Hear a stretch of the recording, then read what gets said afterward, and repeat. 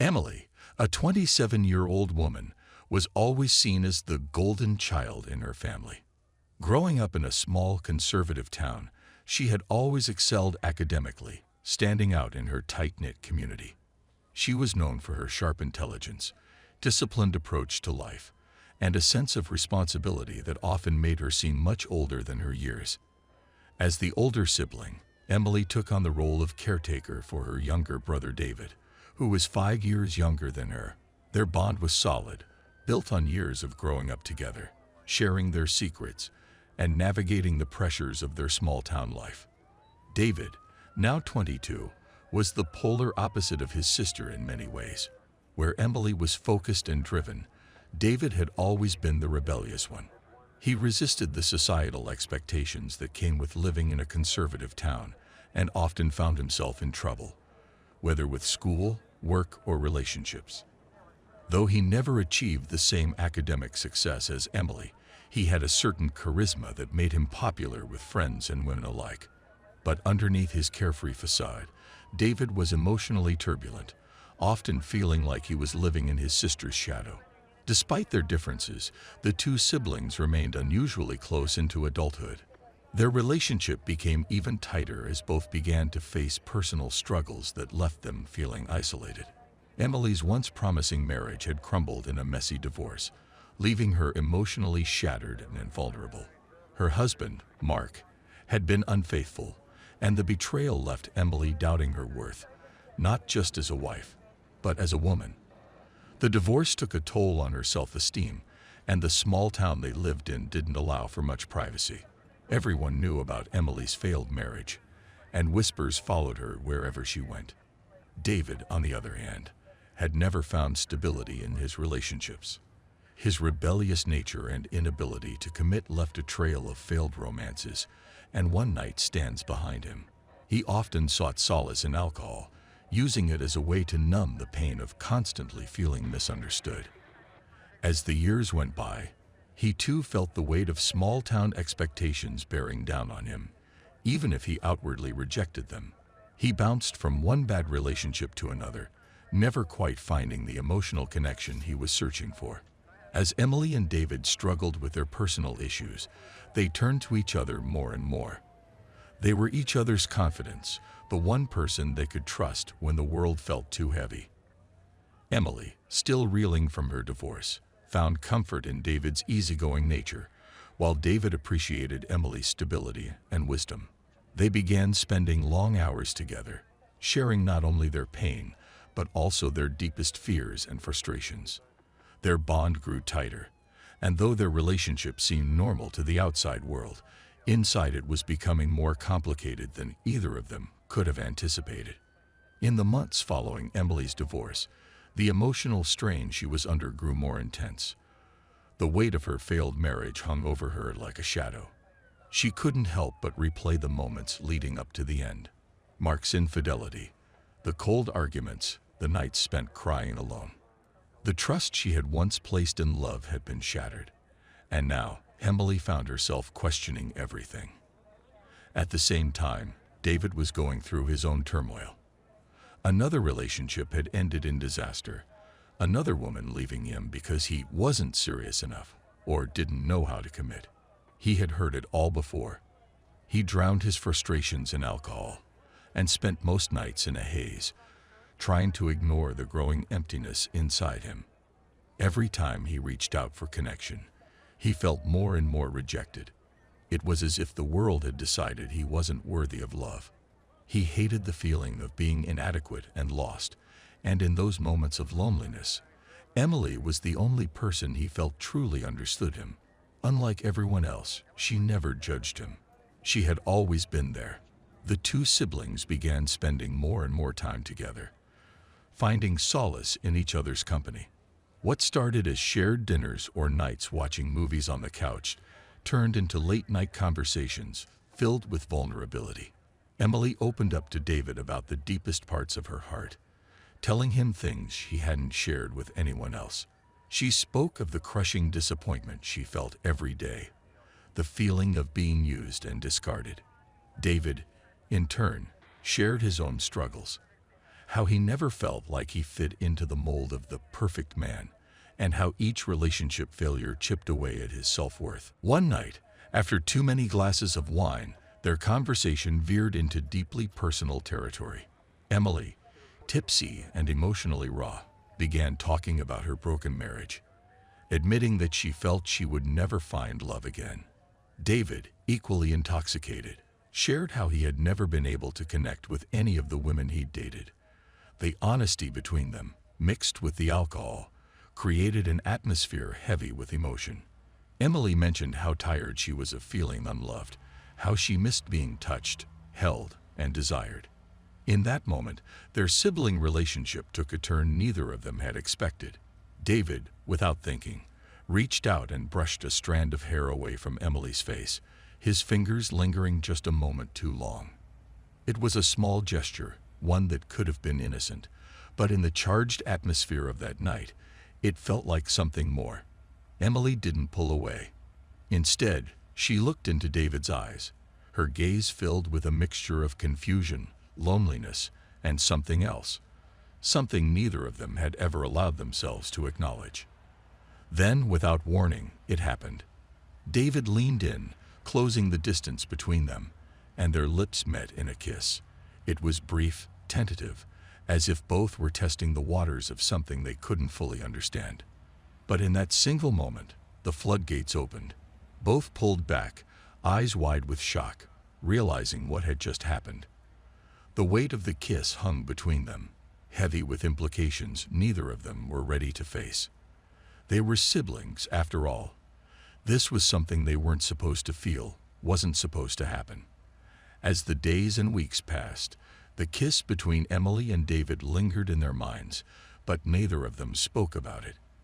It happened one evening when Emily and David were alone at her house.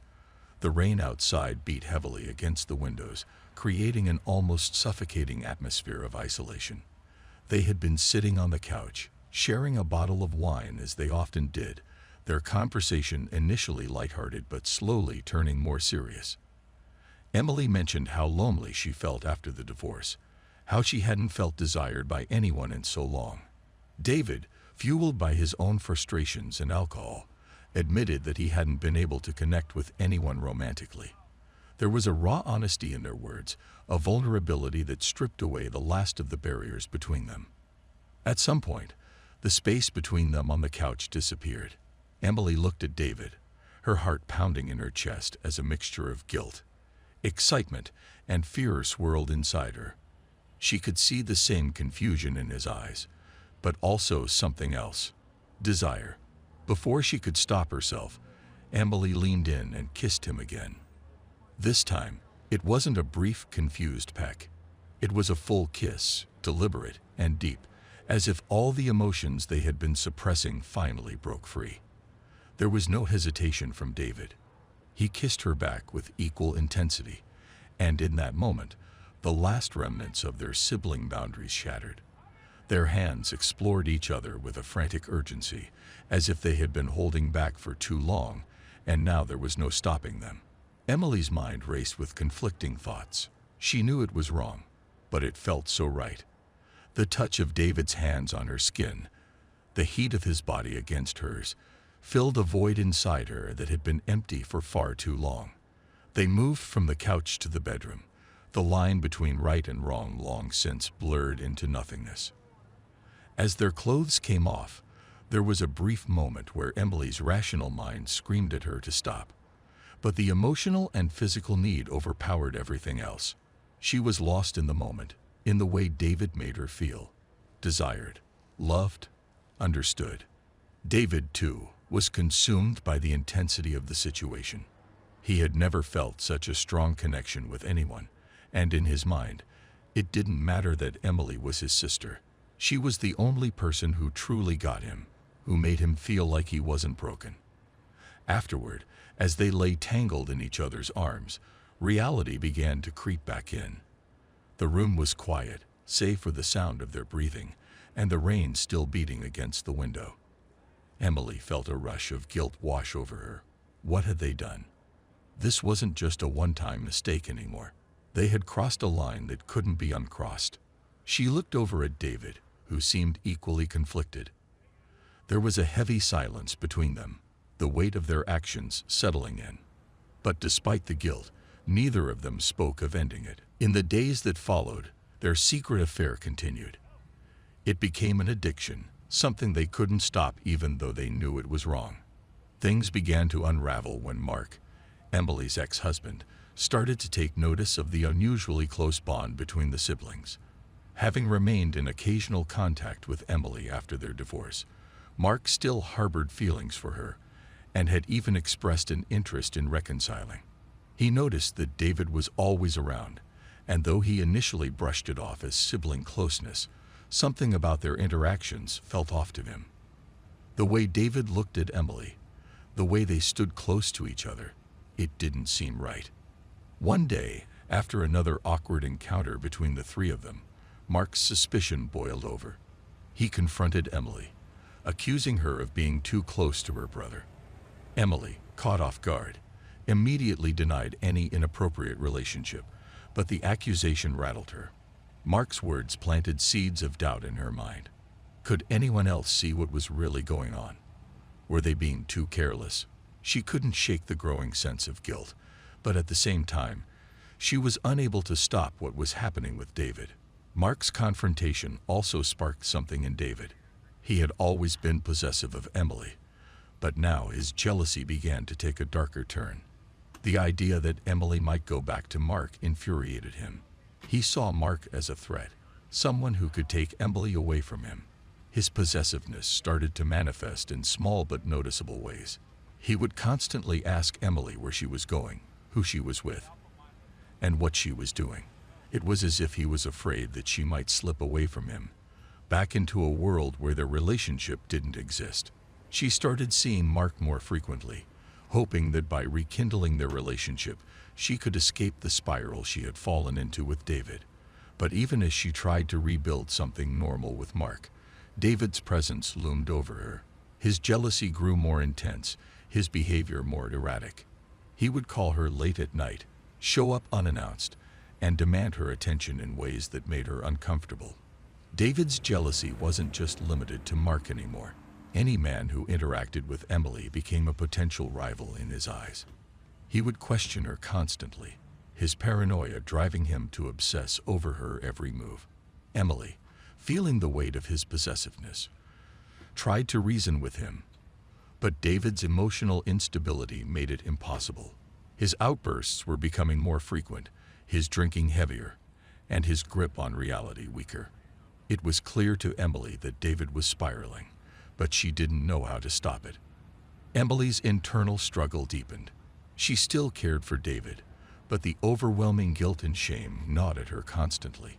She couldn't continue living in the shadow of their secret any longer, but breaking away seemed just as impossible. David's drinking had become a daily ritual.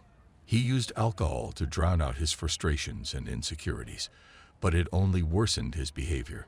His violent outbursts were followed by intense moments of regret and desperation, where he would beg Emily not to leave him. The pendulum of his emotions swung wildly between love and rage, making it impossible for Emily to predict how he would act from one moment to the next. Emily made the difficult decision to rekindle her relationship with Mark in the hopes that it would provide her with the stability she so desperately needed. Mark was unaware of the full extent of what had been going on between Emily and David, but he was willing to give their relationship another try. Emily threw herself into this new chapter, hoping that by distancing herself from David and focusing on Mark, she could somehow regain control over her life. But David refused to let go. The moment Emily started pulling away from him, he became more erratic, more dangerous. He began stalking her, unable to accept the end of their relationship. He would show up at her house without warning, sometimes drunk, demanding to talk.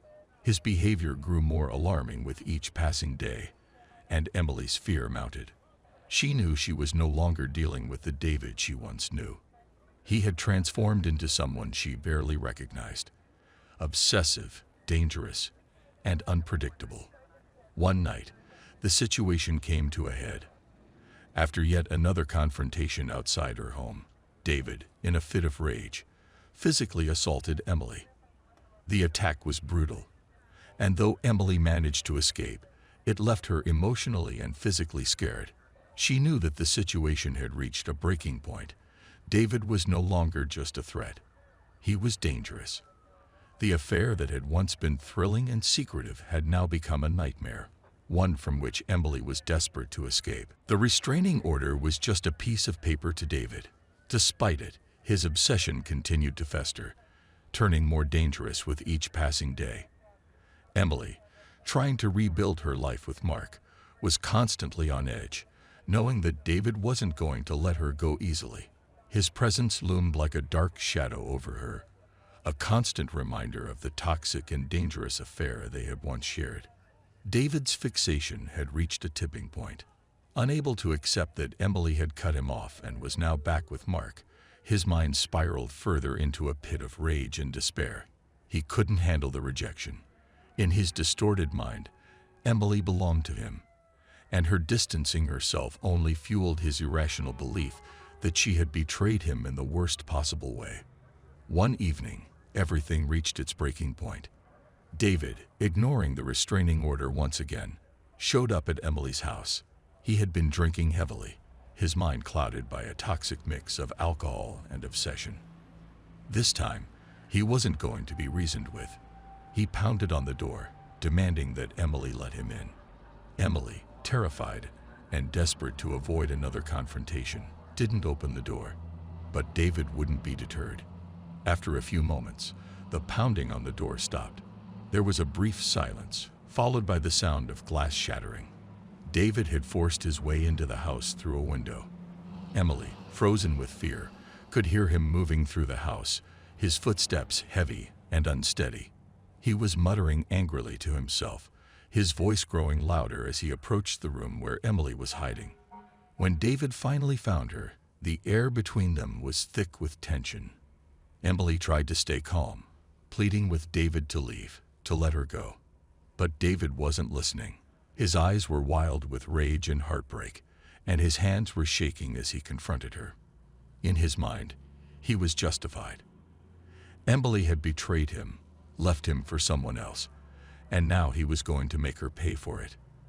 They argued, their words sharp and filled with years of pent-up emotion. Emily told him that it was over, that their relationship had been a mistake, and that she wanted nothing more to do with him. But David refused to accept it. The rejection cut him deeply, and his anger boiled over into something darker, something violent. His mind snapped, and in a moment of blind rage, he lunged at her.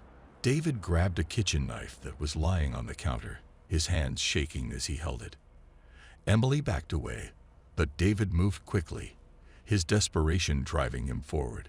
He stabbed her once, then again, each strike fueled by a twisted combination of rage, heartbreak, and a desire to make her feel the pain he was enduring. Her room was filled with the sound of Emily's screams, but within moments, her voice faded as her body went limp, collapsing to the floor in a pool of blood. The room fell silent, the horror of what had just happened hanging heavy in the air. David, covered in blood, stood over Emily's lifeless body, his mind unable to comprehend the enormity of what he had done. He had taken the life of the person he claimed to love more than anyone, driven by his inability to let her go. The realization hit him like a freight train, but it was too late. Emily was dead, and there was no turning back. David fled the scene, leaving Emily's lifeless body behind. The next day, Mark arrived at the house to pick her up for their planned date. He knocked on the door, but received no response. Concerned, he let himself inside and was immediately met with the gruesome sight of Emily's body on the floor. The blood had dried, the horror of the scene undeniable. Shocked and devastated, Mark called the police, his heart breaking as he processed the nightmare that had unfolded. The police arrived soon after, and an investigation began. It didn't take long for the pieces to fall into place. David had vanished, and all the evidence pointed toward him as the killer. Emily's tragic death left the small town in shock, but the real horror was yet to be revealed.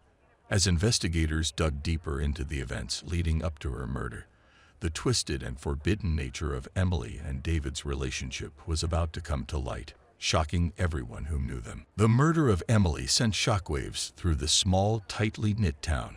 News of her violent death spread quickly, and speculation about who could have committed such a horrific crime grew rampant. It wasn't long before the authorities began piecing together the clues, and David, having disappeared immediately after the murder, became the prime suspect. His absence, coupled with the history of his obsessive behavior toward Emily, pointed directly to him.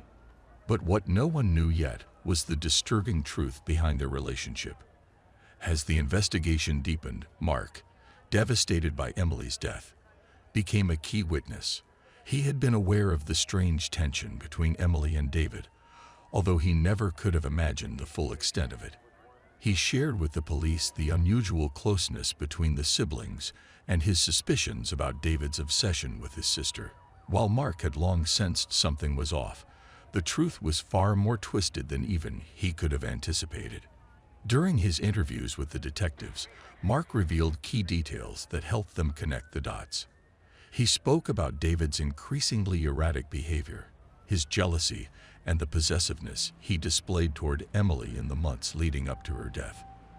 The investigators listened carefully, becoming more convinced that David's motive went beyond simple sibling rivalry or personal turmoil. It wasn't just a tragic case of obsession. It was something far darker. As they searched for David, investigators uncovered damning evidence. A knife, covered in blood, was found in a trash can near Emily's house. Fingerprints matched David's, and blood analysis confirmed it was Emily's. David had fled, but the trail he left behind was undeniable. The net was tightening around him. However, it wasn't until Mark, in a moment of emotional breakdown, finally confessed the shocking details of what he had uncovered before Emily's death that the full scope of the case was revealed. Mark told detectives that just weeks before her murder, he had discovered a series of personal messages exchanged between Emily and David. What he found was not just evidence of David's obsession, but something far worse, a hidden, incestuous relationship between the two siblings. The messages revealed that Emily and David had been involved in an intimate affair, crossing boundaries that no one could have ever imagined.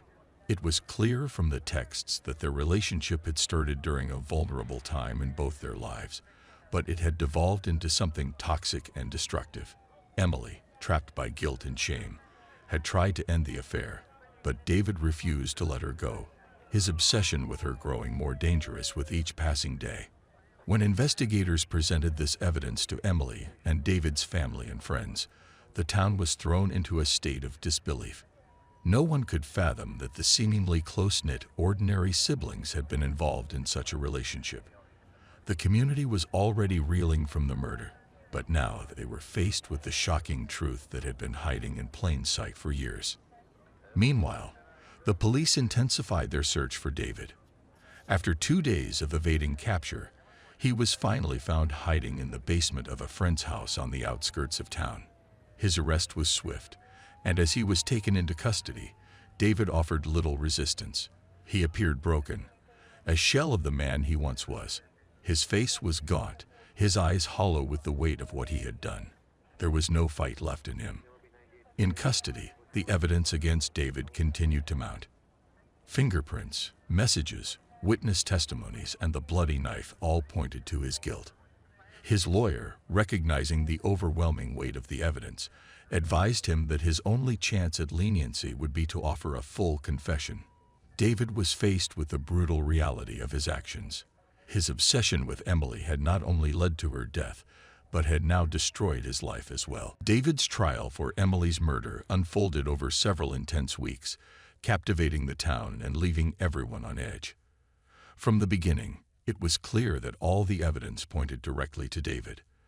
The bloody knife found in a nearby trash can, his fingerprints at the scene, and the violent messages he had sent to Emily in the days leading up to the murder painted a devastating picture. Even David's erratic behavior and his known obsession with Emily had been documented by neighbors, friends, and law enforcement.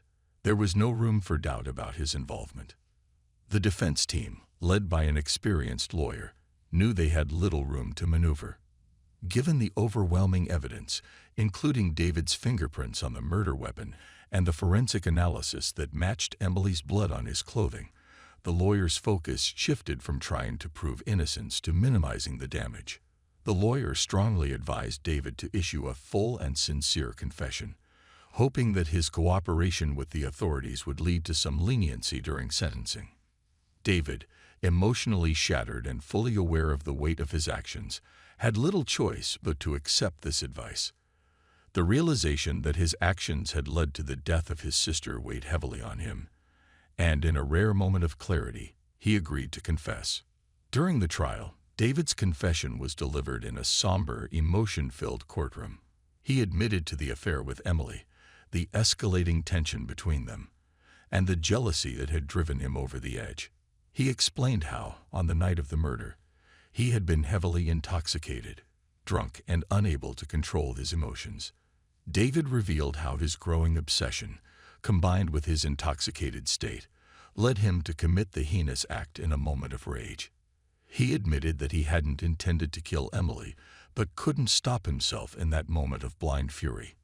His lawyer highlighted his intoxication as a mitigating factor, but the prosecution was quick to counter that being drunk was no excuse for murder.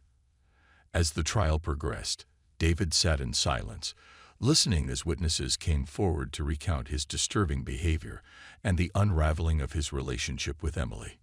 Mark, Emily's ex-husband, testified to finding her body and shared the deep emotional pain he endured, knowing that David had caused the death of someone he once loved. The jury listened intently, and while David's intoxication was noted, it was clear that the prosecution's narrative held more weight. In the end, the jury returned a verdict of guilty for second-degree murder. The court acknowledged that David had not gone to Emily's house with the specific intent to kill her, but his actions were still premeditated enough to warrant a severe penalty. The judge took into consideration David's intoxicated state, but ultimately determined that his actions were driven by his obsession, not merely the influence of alcohol. David was sentenced to 15 years in prison, with the possibility of parole after 10 years. The judge noted that his confession and cooperation with the investigation had spared him a harsher sentence, but the nature of his crimes still demanded significant punishment. The sentence allowed for the potential of eventual release, but the weight of his actions would follow David for the rest of his life.